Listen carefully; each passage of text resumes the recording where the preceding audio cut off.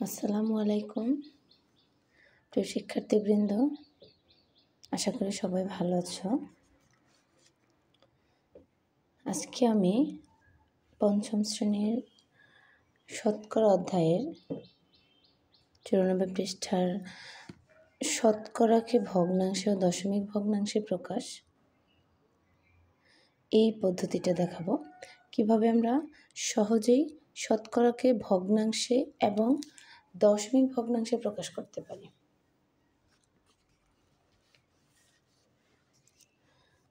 শতকরাকে ভগ্নাংশ ও দশমিকে প্রকাশ। দেখো এখানে 60%। 60%কে আমরা প্রথমে সাধারণ ভগ্নাংশে প্রকাশ করব।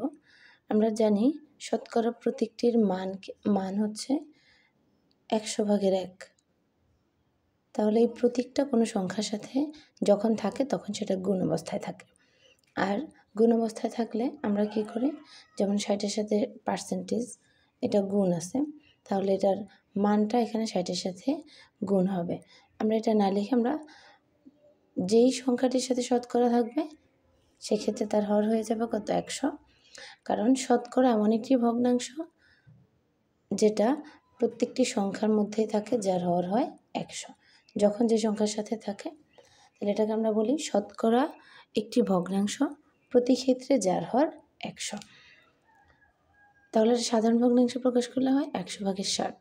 এখন আমরা এটাকে দশমিকে প্রকাশ করব। দশমিকে প্রকাশ করলে কিভাবে দশমিক বসাবো? আমরা ভাগ না করেই খুব সহজে দশমিক বসাতে পারবো। সেটা হচ্ছে আমাদের হর 100, তার মানে 1-এর সাথে আমাদের শূন্য আছে কয়টা, 2টা। আমরা লবের ডান দিক থেকে 2 ঘর পরে এসে দশমিক বসাবো। তাহলে আমার লব আছেই 2 ঘর, 60। ডান দিক থেকে 2 ঘর পরে দশমিক বসালে 6-এর পরে এদিকে আসে।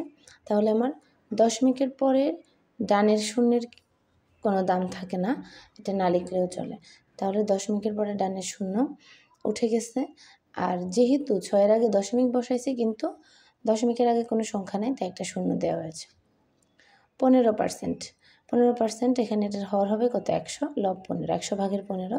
এটা সাধারণ ভগ্নাংশ। এবার এটাকে দশমিকে প্রকাশ। একই অবস্থা, যেহেতু হর 100, তার মানে 1-এর সাথে শূন্য আছে 2টা। আমরা লবের ডান দিক থেকে 2 ঘর পরে বামে এসে দশমিক বসাবো।